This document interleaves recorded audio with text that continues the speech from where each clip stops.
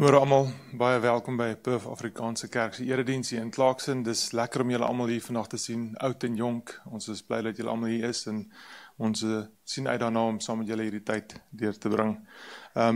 Ook aan die besoekers, enige nuwe besoekers hierso, ons het 'n besoekersboekie voor. Volg gerus julle details daarin.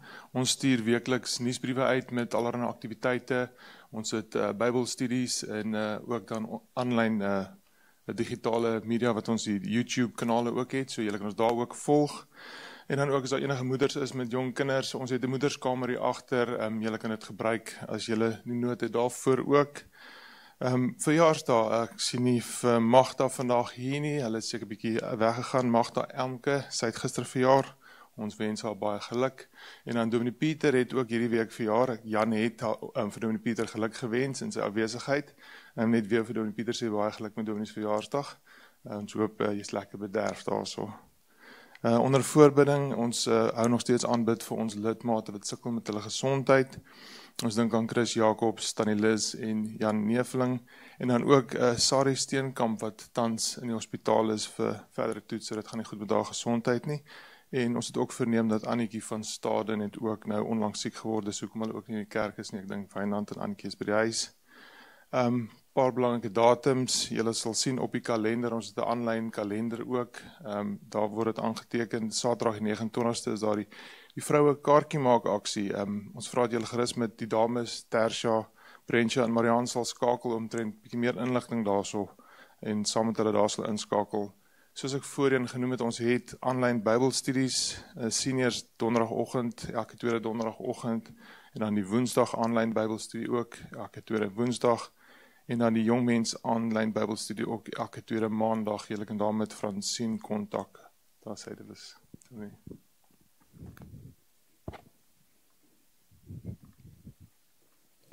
Baie dankie Hendrik. Goeiemôre. Dit is amper die einde van die jaar. Julle moet nog net so 'n bietjie vasbyt. Ek het juis in die gebedsbrief van ons nuusbrief gesit dat ons kan die Here regtig dank vir die mooi natuur hier in Wes-Australië. Ek en Lisel was die afgelope tyd daar by Busselton en Margaret River, toe ons verlede naweek so 'n bietjie kon weggegaan het. En ek wil vertrou dat julle almal was al seker daar gewees. Kyk, as julle nog nie daar was nie, dan is dit nou julle eie verlies, want dis regtig, dit is verskriklik mooi. Die strande daarso, natuurlik daai verskillende plekke, die skakerings van die blou see wat 'n mens kan sien. Daardie langste jetty in die suidelike halfrond wat by Busselton self is. Ek dink is die tweede langste in die hele wêreld en die langste in die suidelike halfrond. Ek en Lisel het hom ook gestap, ons het ook daar afgegaan, na die paar visies gekyk wat die ouens nie gevang het al langs die jetty af nie. Ek het al gewonder, hoe kan hulle nie maar net die visvangers wegvat daar nie, dat 'n mens bietjie meer visies daar onder die see kan sien, want ons het net kleintjies gesien en so. En dan aan die ander kant, ons kan die Here natuurlik dank vir sy goedheid deur die jaar. Weet julle, ons dink nie altyd daaraan nie, maar deur die jaar is die Here so getrou en die liefde wat hy vir elkeen van ons het. Dit is iets wat ons aanvaar het as vanselfsprekend, maar ek hoop ook deur vandag dat die woord wat ek vir julle gaan bring, dat julle sal besef hoe kosbaar dit is. Nou, net buitekant ons kamervenster, het daar van hierdie, is dit woolly wagtails, daai klein swart voeltjies van die wit porsies, wat so vriendelik is, kyk, nou daar, hulle het 'n nesie gemaak, net buitekant ons kamervenster, en elke keer weet ons nou as Fido uitgaan, want julle weet wat daai voeltjie doen, as iemand nou naby die nesie, hulle het 'n nesie daar gemaak, so Fido se rustige uitgaan is nou nie meer daar nie, hy moet nou klaarmaak en ingaan, want daai voeltjie maak het vir hom onmoontlik om buitekant te bly, hy jaag hom letterlik terug huis toe.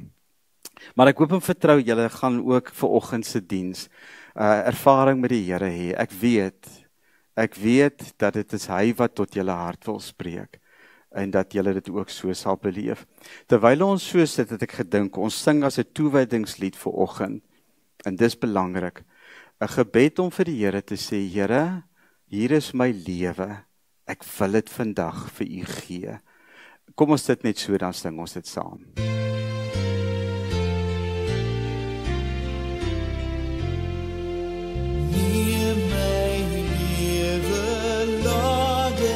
Hier, u gevlei wees meer en meer.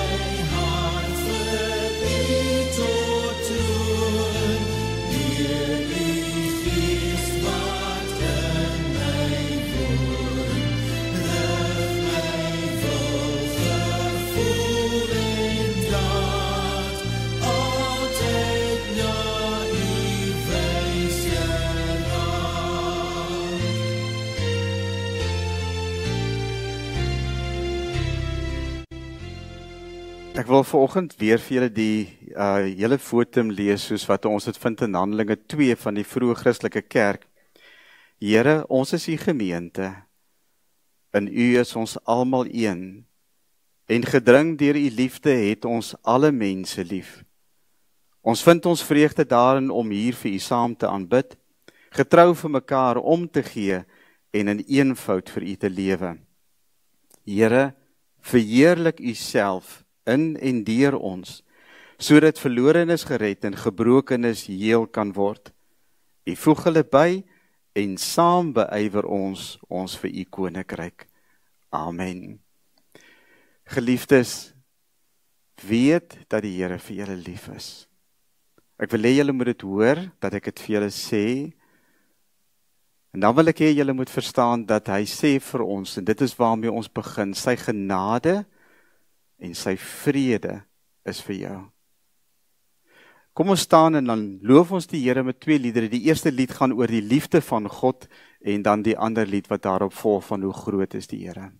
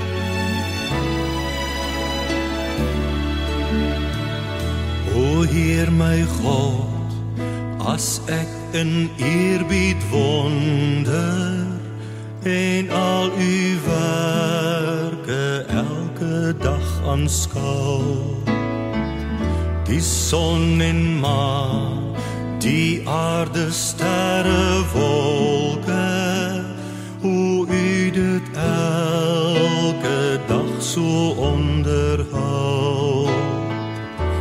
Sien die veld, die bosse, berge, vlaktes. Ek hoor hoe fluister grasse, stroom en wind. Hoe Heer U sorg, verklein, vergroot vir alles. En U sorg dag na dag vir my, U kind. Dan moet ek juig my redder en my God. Hoe groot is U, hoe groot is U, wanneer die hele skepping klink dit saam. Hoe heerlik Heer, U grote naam.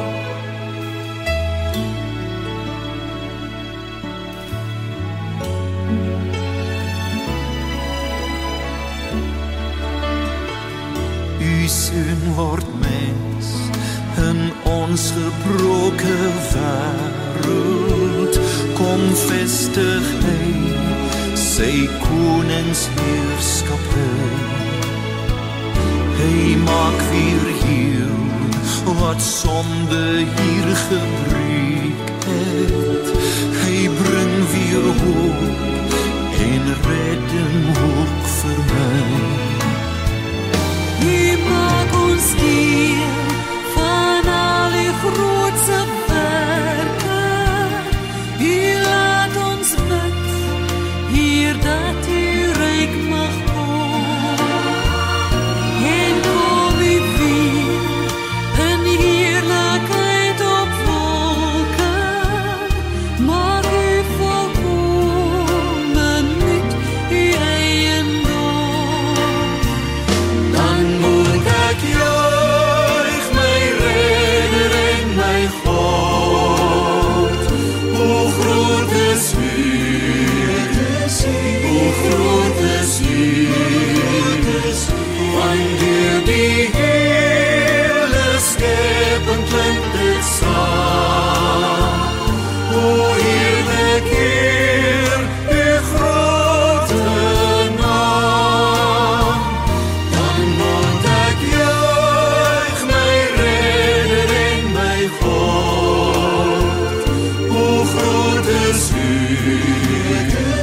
hoe groot is U, wanneer die hele skepping klink dit saam. O heerlik Heer, U grote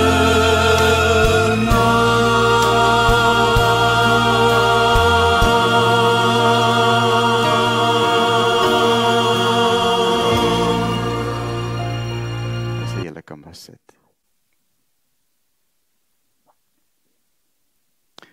As ons nou by die gebed kom, net voordat ons saam bid. Kyk, vandag is 'n dag wat ons so een keer 'n jaar die Here voordank dat hy ons aan mekaar toevertrou het. Ons is 'n geloofsgemeenskap, 'n gemeenskap wat in die eerste plek aan die Here self behoort, maar ook wat aan mekaar toevertrou is. En ons kan die Here nie genoeg dank vir elkeen wat in die gemeente is. En ek praat nou van klein en groot, vir liefde, vir omgee, vir die regte gesindheid wat 'n mens van die Here kry. En dit is wat 'n gemeente maak. Om 'n gemeente van die Here te wees is nie altyd maklik nie.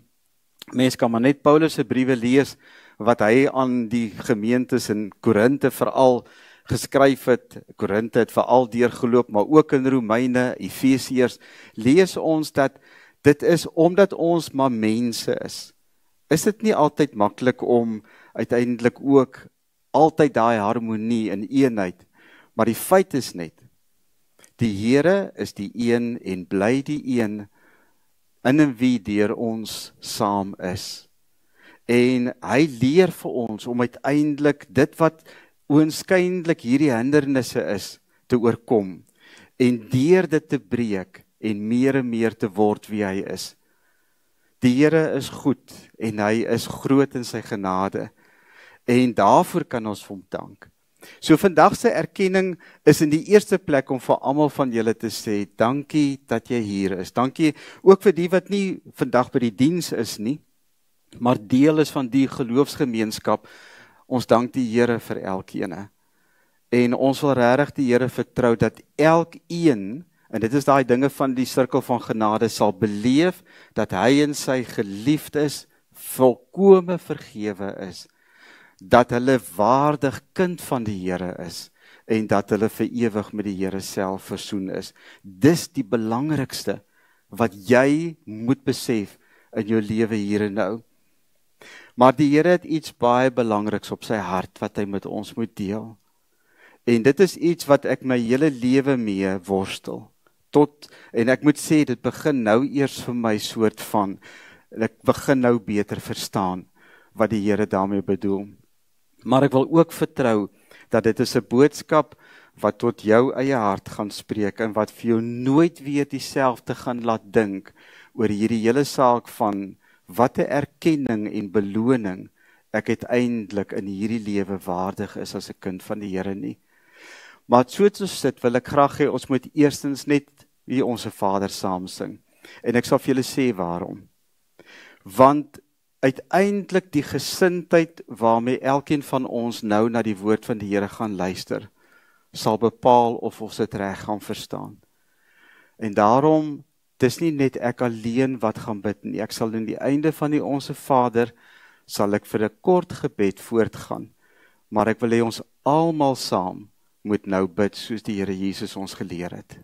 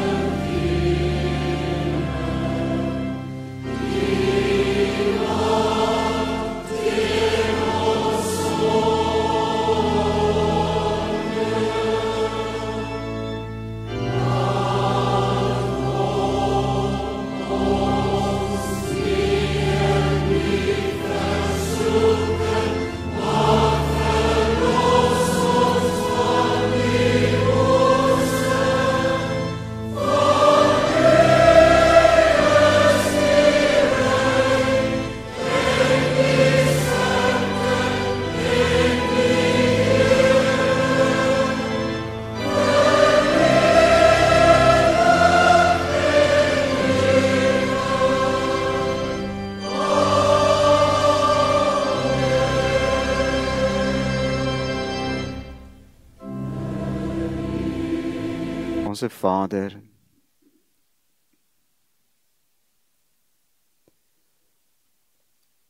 ons aanbid U as die Here van die heelal, die skepper van alles. In die Ou Testament waar U uiteindelik ook op verskillende wyse aan mense wat U liefgehad het verskyn het hulle die heiligheid van daardie oomblik verstaan. Moses het sy skoene uitgetrek.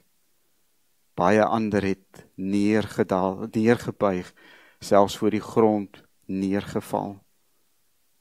U is God. En Here, ons erken die gesag wat U oor ons lewe het. Dis waarom ons hier is. Ons aanbid U nie net as God nie, maar as Vader.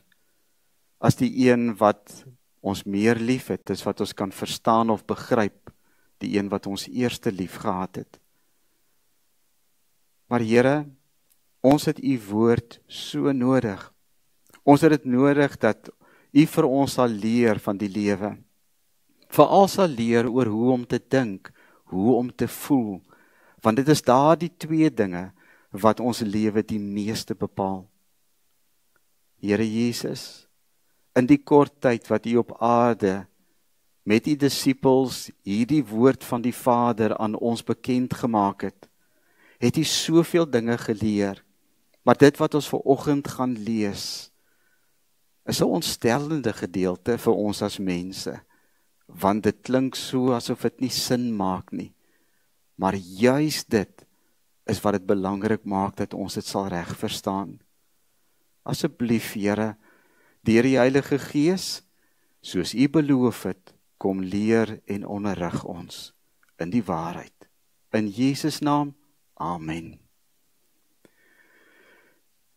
Julle sal sien, die tema is die onregverdige goedheid, nie onregverdigheid nou maar in aanhalingstekens gesit, want dit is vanuit ons menslike perspektief nie regverdig hoe die Here optree nie. En ek hoop dat aan die einde van die boodskap julle sal verstaan dat dit wat vir ons onregverdig is God se geregtigheid. Dis juis in sy oë wat regverdig is. Daar word baie keer gesê dat die koninkryk van die Here word heeltemal omgedraai. As jy die koninkryk van God reg wil verstaan, moet jy alles in terme van ons menslike denke op sy kop draai om dit reg te verstaan. Die minste is die meeste, die grootste is die kleinste. Daar's so baie voorbeelde wat ek vir julle kan gee. Maar die Here gaan hier vandag met ons in hierdie skrifgedeelte van Matteus 20 oor iets praat wat onmiddellik as jy dit lees, ontstel dit jou. En dit was sy bedoeling. En hy het dit vir sy eie disippels vertel. En ek het vir interessantheid net gaan kyk in daardie reeks wat nou gemaak word van The Chosen. Hoe het hulle dit uitgebeeld? Die interessante is, hulle het hierdie gedeelte waar Jesus dit vir sy disippels en vir die mense vertel het, in verweef met toe Martha en Maria en Martha baie ongelukkig was oor die feit dat Maria nie vir haar help nie. En daarom wil ek hê julle moet nou mooi luister na die gedeelte. Dit saam met my lees.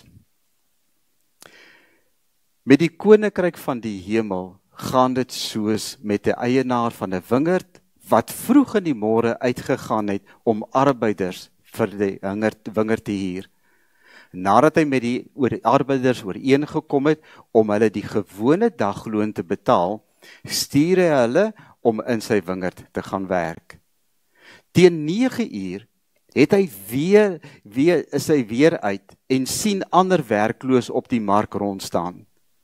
En hy sê vir hulle, gaan werk julle ook in my wingerd, en wat billik is, sal ek julle betaal. Hulle is toe soontoe. Teen 12 uur en teen 3 uur het hy weer uitgegaan en dieselfde gedoen. Omtrent 5 uur gaan hy ook uit en kry ander wat daar rondstaan en hy sê vir hulle, waarom staan julle heeldag werkloos hier rond? Hulle antwoord hom, omdat niemand ons gehuur het nie, gaan werk julle ook in my wingerd, sê hy toe vir hulle. Toe dit aand word, sê die eienaar van die wingerd vir sy voorman, roep die arbeiders en betaal hulle loon, maar begin by die laastes en eindig by die eerstes. Die wat teen 5 uur gehuur is, kom toe en kry elkeen die gewone dagloon. Die mense wat eerste gehuur is, het gedink, hulle sou meer kry, maar toe hulle ook aan die beurt kom, kry hulle elkeen ook net die gewone dagloon. Toe vat hulle die geld maar begin by die eienaar klaar en sê, hierdie laastes het 1 uur gewerk en nou betaal u julle dieselfde loon as vir ons wat die hele dag hard gewerk het in die warm son. Maar hy antwoord, een van hulle, vriend, ek het jou geen onreg aangedoen nie. Het jy nie met my ooreengekom vir die gewone dagloon nie? Vat jou geld en gaan huis toe. Ek wil vir hierdie laaste een dieselfde gee as vir jou. Mag ek dan nie met my geld maak wat ek wil nie? Of is jy afgunstig omdat ek goed is? So sal die laastes eerste wees en die eerste laastes. Die eerstes laaste. Ek wil graag, ek sê vir julle dat hierdie is uiteindelik die hele, kom ons sê, denkraamwerk waarop ons hele lewe gebaseer is.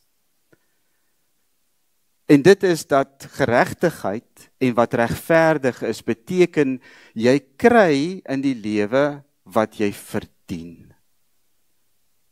Dit is mos so. Ons leef in 'n wêreld waar dit so is. Daar's geen werk in die wêreld wat vir jou op die ouend nie sal betaal, nie wat jy verdien nie. Hulle sal kyk, wat is jou prestasie? Hoe goed doen jy jou werk? Hoe hard werk jy? Hoe lank werk jy? Nou, ek sal nooit vergeet nie, tot vandag toe bly dit by my by, want dit is waar uiteindelik hierdie saak in my eie hart ek die Here mee begin worstel het. Baie jare terug by 'n synodesitting, toe ek nog in Driehoek gemeente was, is daar by daardie synodesitting deur die verskillende gemeentes verslag gedoen, en die verslag het veral gegaan oor hoe hulle EE3, wat op daai stadium baie sterk in die NG Kerk ook gebruik is, hoe hulle dit implementeer en wat die resultaat daarvan is.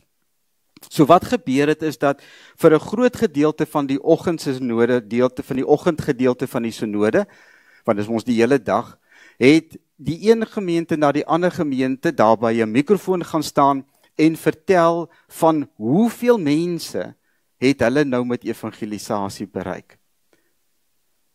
En wat interessant vir my was, is dat die eerste gemeente het so 'n klein prestasietjie gelewer. Die tweede gemeente beter, die derde gemeente nog groter. En so het uiteindelik die spog van wat uiteindelik bereik is, al hoe groter geword. Dit was ooglopend, hoor. Dit was trouwens vir my so ooglopend, dat ek in my hart gewonder het, en ek het die Here 'n vraag gevra. Ek het vir die Here gevra, Here, hoeveel erkenning mag ek as mens van U kry? Hoeveel erkenning is ek waardig, en hoe word ek beloon vir dit wat ons vir U doen? Nou, dit was net iets waaroor ek gewonder het, want op daai stadium ook vir my eie lewe, is dit so, dat ek was 'n jong dominee, en 'n mens soek baie graag erkenning. Jy wil graag geliefd wees, jy wil graag hê almal moet van jou hou, maar mense sal ook later in die jare ontdek, dit is nie so maklik nie. Almal is nie bedoel om van jou te hou nie. Maar die feit is net, daai vraag het in my hart gebly, en daar was daardie Tannie Marina Prinsloo, wat in Foriesburg gebly het, wat vir my by daai synodesitting laat weet het, maar sy wil my vir 'n koppie tee, en dan skon, as ek reg kan onthou, kry dat ek so tussen die, wanneer daar nou 'n etensbreek is, sal sy vir my buite die synodesaal kry, en moet ek net saam met haar gaan tee drink. Ek het dit die dag toe nou gedoen, en ons het gesels oor allerlei dinge, maar toe ek moet teruggaan na die synode, toe sê sy vir my, Pieter, daar's iets wat ek vir jou moet gee. En sy gee vir my so 'n papier wat in 4 dele opgevou is, 'n bladsy wat basies opgevou is. En toe ek in die synode kom, het ek gaan sit en dit begin lees. Ek het dit oopgemaak. Dit was 'n fotostaat, as ek reg kan onthou, dink ek kom dit uit Passion Strong uit. Maar ek het hoendervleis gekry, kan dit tot vandag toe onthou. Want daai spesifieke gedeeltetjie was presies die antwoord wat ek van die Here sou verwag op die vraag. Watter beloning en erkenning mag ek kry? Daai gedeelte het duidelik gesê, kies by wie jy jou erkenning wil kry. Kies by wie jy jou erkenning wil kry. Wil jy deur ander mense erken word? Of wil jy jou erkenning by die Here kry? En jy sal weet, Jesus het in een van die gedeeltes het hy gesê, dat mense wat soek vir die erkenning van ander mense, het klaar hulle erkenning gekry. Jy het dit klaar gekry. Die kort en die lank van dit was dat, ek het aan die einde van daai brief, ek wou dit so graag vir julle vandag gelees het. Ek wens so, ek kan dit kry, ek het vir Lisel gevra, ons moet dit soek, want ek het daai brief nie weggegooi nie. Ek het hom gehou.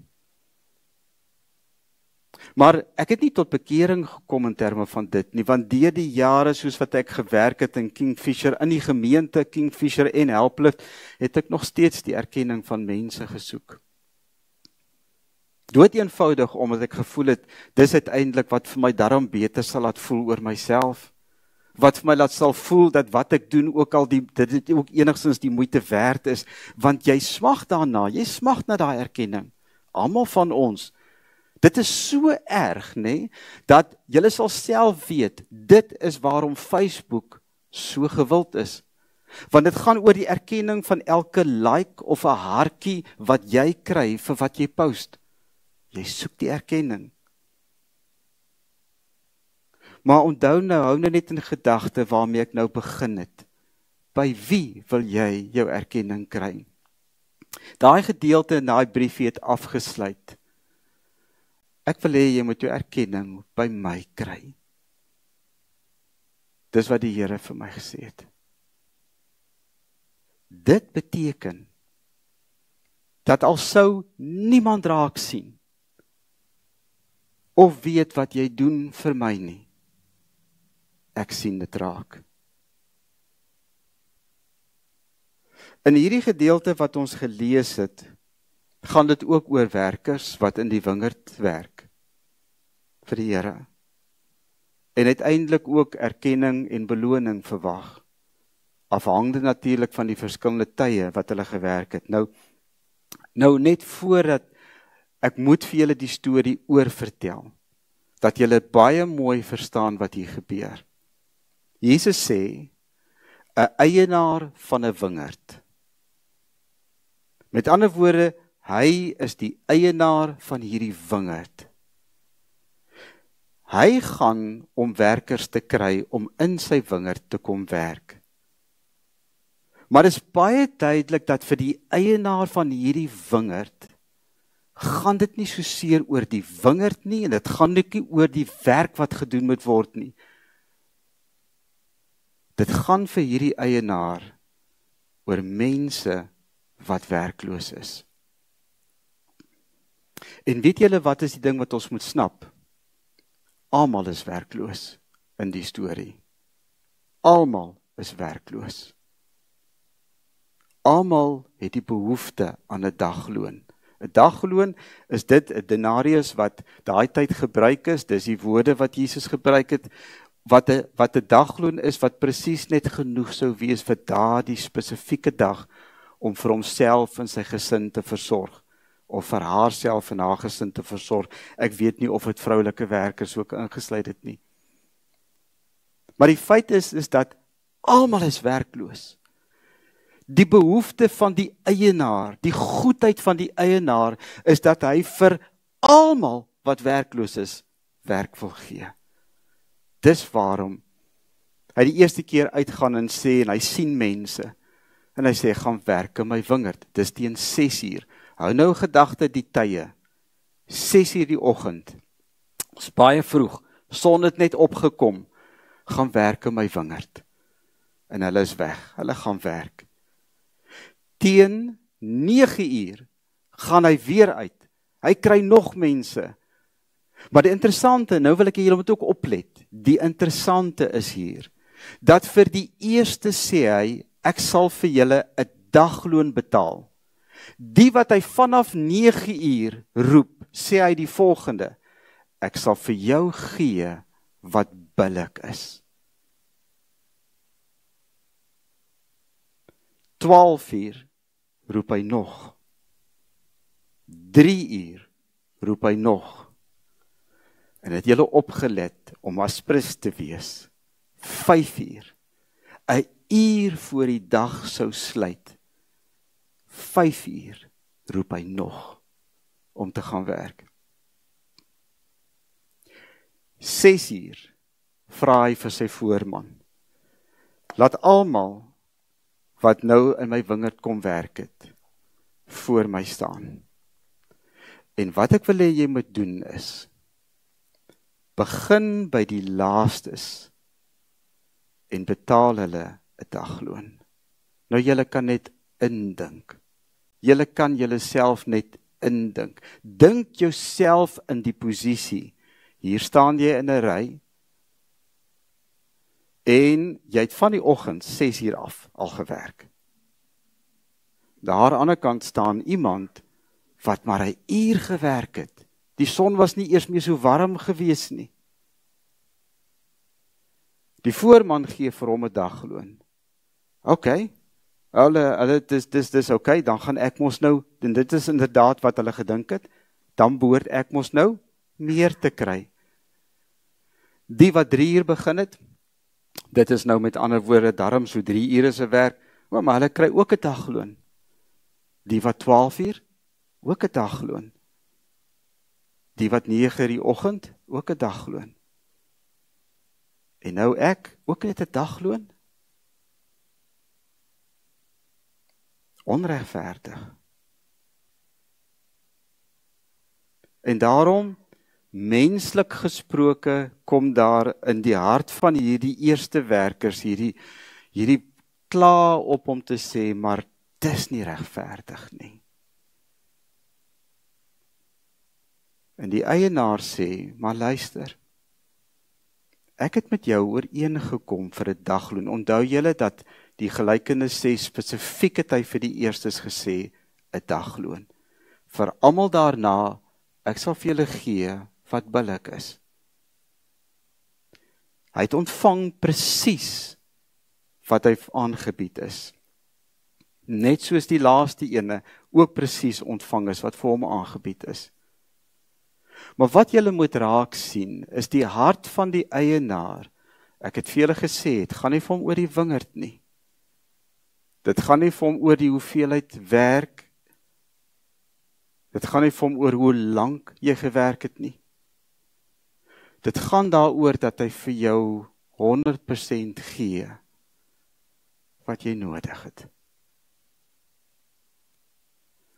En as ons nie as kinders van die Here gaan begin snap dat die koninkryk van God is anders as wat hierdie wêreld se beginsels is waarop hy funksioneer nie, gaan jy nooit die vreugde en die vrede van die koninkryk kan snap nie. En dis waarom in my eie lewe het ek net begin besef, ek gee nie meer om nie, want die Here is vir iemand anderste net so lief soos vir my. Die Here gee vir daai persoon net soveel soos vir my. Waarom? Omdat die wyse waarop God liefhet is volmaak. Ek wens julle wil dit begryp. Die wyse waarop die Here enige mens liefhet is volmaak. God se liefde en sy genade kan nie in stukkies opgedeel word nie. Hy kan nie vir mense wat laat in hulle lewe eers hulle hart vir die Here gee, net so 'n klein bietjie genade gee, en die wat van kindskap af in 'n Christelike huis groot geword het, 'n groot stuk genade gee nie. God werk nie so nie. Sy liefde is deur die hele dag volkome. En ek wil graag nou vir julle net wys wat is die beginsels, maar voordat ek dit nou gaan doen, moet daar iets baie belangrik ook vir julle gesê word. Die gedeelte net voor Matteus 20 is die gedeelte waar in die eerste plek die ryk jong man gevra het, meester, wat moet ek doen, wat 'n goeie daad moet ek doen om 'n ewige lewe te verkry? En wat Jesus uiteindelik vir hom daarop wys, maar hy sê, ek kom al die gebooie na en ek sal dan die ewige lewe kry. Dan sê Jesus vir hom, okay, maar goed, gaan verkoop dan alles wat jy het en gee dit vir die armes, net om vir hom te bewys, jy kan jouself nie red nie. Niemand kan die wet van die Here volkome nakom nie. Jy bedrieg jouself as jy dink jy kan jouself regverdig voor die almagtige God. Jy kan nie. Jy kan nie.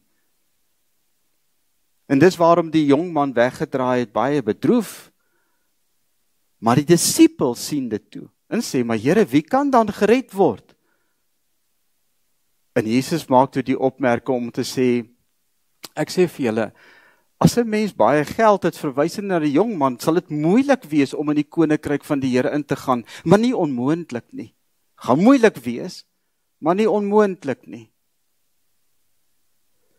En dan kom Petrus, en kyk nou wat vra hy. Hy sê vir die Here, kyk, maar Here, ons het alles verlaat en u gevolg, wat sal ons daarvoor kry?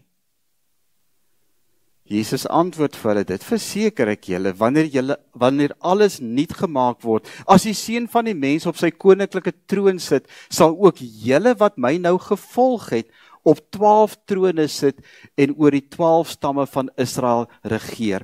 Nou, ek wil hê julle moet verstaan wat Jesus hier sê hy vir sy 12 disippels. Hy erken wat hulle prys gegee het. Maar nou praat hy in die volgende sin van ons. Hy sê, en elkeen, dis nou jy en ek, elkeen wat terwille van my naam afgesien het van huise of broers of susters of vader of moeder of kinders of grond, sal 100-maal soveel ontvang en die ewige lewe as 'n erfenis kry. Interessant, Jesus gebruik nie die woord beloning nie. Erfenis. Verstaan dat wat jy en ek van die Here ontvang, is 'n erfenis. Dis 'n geskenk wat ons kry, deur wat Jesus kom doen het. Maar dan eindig Jesus, maar baie wat eerste is, sal laaste wees, en wat laaste is, eerste. Hy waarsku, dis 'n waarskuwing. Petrus, ek weet jy het vir my gevra, maar weet jy wat, ek kyk na jou gesindheid, Petrus. Waarom vra jy dit?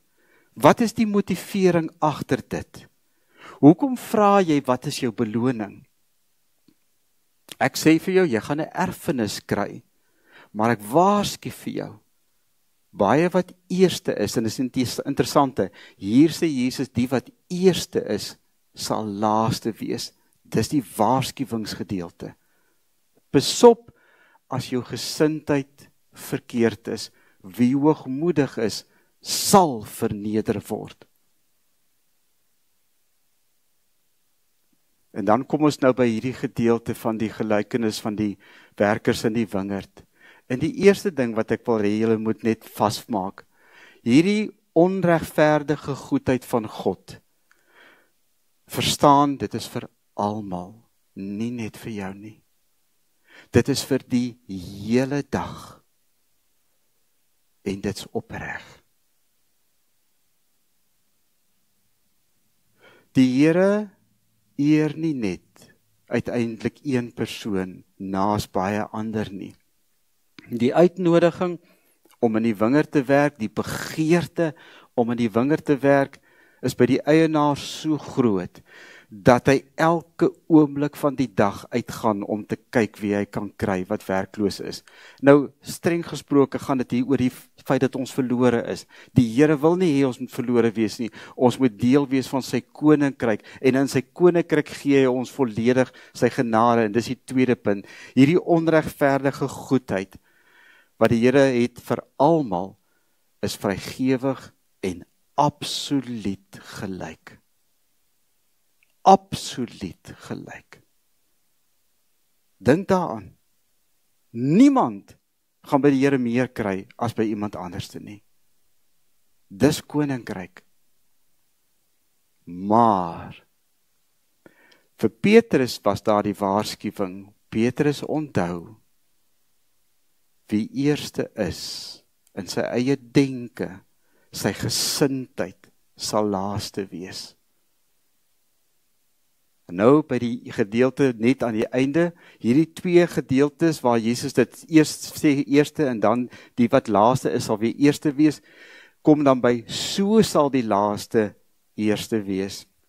Met ander woorde, as ons verstaan dat toe die eienaar vir sy voorman gesê het, laat hulle almal in 'n ry staan en begin by die laastes. Nou moet julle verstaan dat die wat laaste is, sal ook eerste wees. Dis die troos.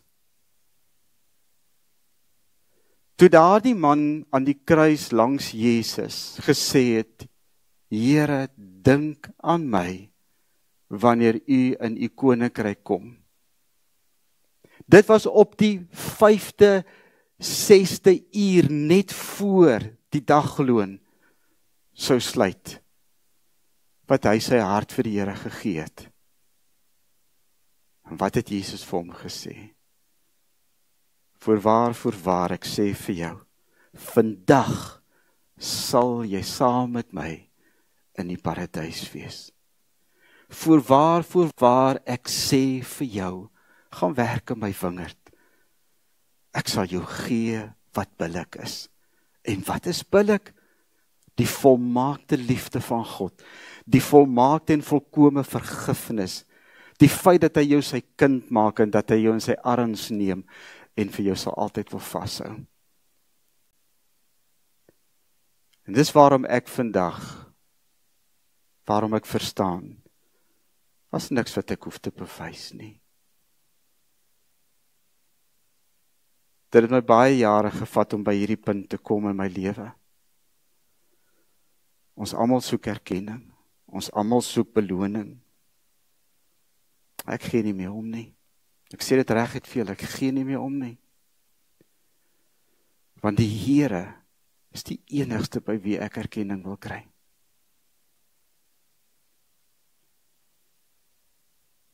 En daarom doen ons nie dinge net uiteindelik maar omdat dit gedoen moet word nie, want ek wil nou hê julle moet iets baie belangrik snap. Hierdie boodskap gaan jy nie verstaan as jy nie gaan hoor wat ek nou vir jou sê nie. Hierdie is die toets of jy werklik verstaan wat dit beteken om in die wingerd te werk. Hierdie bepaal jou gesindheid. Jou gesindheid hoe jy ander werkers in die wingerd sien. Jou gesindheid oor hoe jy jouself sien.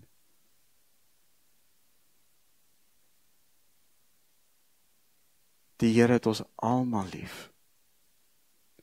En as jy en ek dit nie wil aanvaar dat hy almal lief het soos wat hy vir jou lief het nie, dan is jou gesindheid verkeerd. Maar weet julle, daar's een ding. As ek vir julle vandag, en daarmee gaan ek afsluit, as daar een ding is wat duidelik is vanuit hierdie gedeelte, die hoeveelheid werk, bepaal nie wat beloning jy gaan kry nie. Jy gaan die erfenis kry, jy gaan hom volledig kry. Hoe lank jy dit doen, gaan nie bepaal hoe groot die erfenis gaan wees nie. Wat wel dit gaan bepaal, is die kwaliteit. Want vir die Here gaan nie soseer oor wat jy in daai wingerd doen, dit gaan oor met watter gesindheid ons dit doen. En daai kwaliteit word deur liefde bepaal.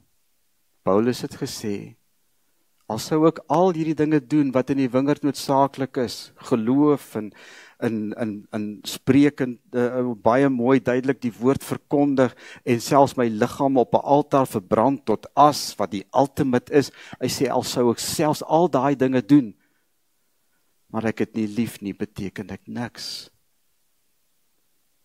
En daarom wil ek afsluit met die woorde van, o ja, ek wou dit vir julle gee, en toe besluit ek, nee, dis dalk te veel. Paulus sê in 1 Korintiërs 3, julle kan by die huis gaan lees. Hy sê, julle wat nou die wingerd van God werk, ek wil hê julle moet iets baie mooi verstaan, sê Paulus. Almal van ons bou, die fondasie is gelê, dis Jesus. En almal van ons bou op hierdie fondasie, hierdie genade wat vir ons in Christus aangebied is. En dan sê hy die volgende, maar verstaan mooi, die kwaliteit van jou werk gaan getoets word.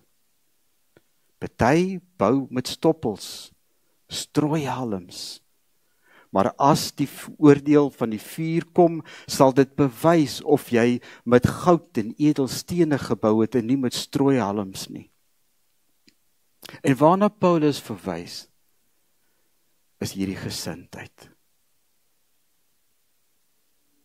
Ek is in my hart oortuig, as ek vir Jesus aan die einde van daardie gedeelte sou vra, Jesus, die feit dat die eerstes gemor en gekla het, hoe voel jy daaroor? Wat dink julle sou hy sê? Dis seer. Want dit beteken die eerstes verstaan nie wat my bedoeling vir hom was nie. En ek hoop regtig jy gaan dit onthou vir die toekoms. En dat dit uiteindelik ook, soos ek sê, sal bepaal die gesindheid waarmee ons vir die Here lewe. Want dit gee betekenis en rede in ons liefde vir die Here. Kom ons bid saam. Onse Vader, Here, U is die eienaar. Ons is die werkers. Almal van ons het op verskillende tye die voorreg gekry om in die wingerd te begin werk. Gee dat ons sal verstaan dat U liefde, U goedheid, U genade word nie onderverdeel nie, maar word volkome, amper as ware onregverdiglik aan elkeen van ons gegee. Nie op grond van wat ons verdien nie, maar op grond van die liefde wat U vir ons het. Gee Here dat dit ons gesindheid sal bepaal, dat ons sal lief hê soos wat U lief het, vergewe soos U vergewe, dat ons ander mense sal sien soos U hulle sien. Dis is net U, Here, wat dit kan. En ek bid, Here, dat ons uiteindelik, dit waarmee ek begin het in hierdie erediens, en daarmee wil ek ook vir U vra, asseblief, Here, dat ek in my eie hart in opregtheid vir U sê, ek soek my erkenning by U en by U alleen. In Jesus naam. Amen. As ons het nou geleentheid om ons offergawe vir die Here te gee.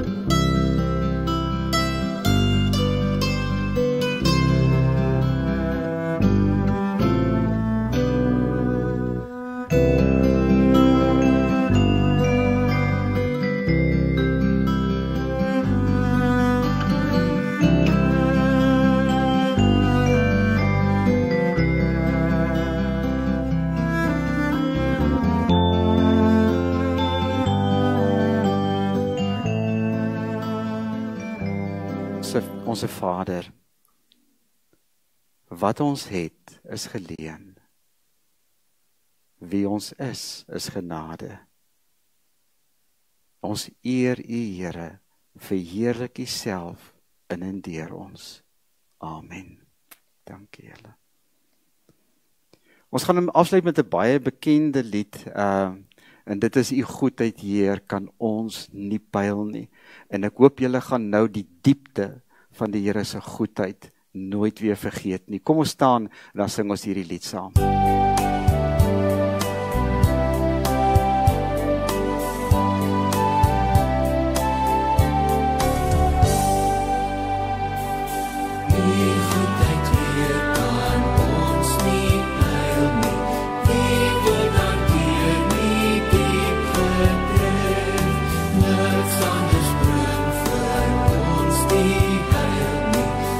Ons wil ons hart tot U verhef.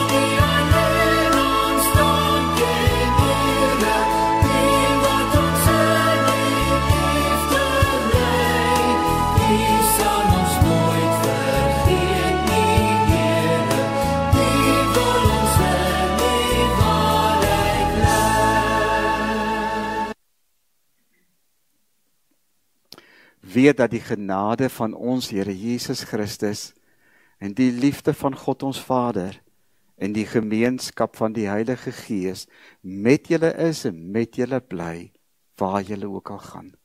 Amen. Baie dankie en 'n mooi dag vir julle.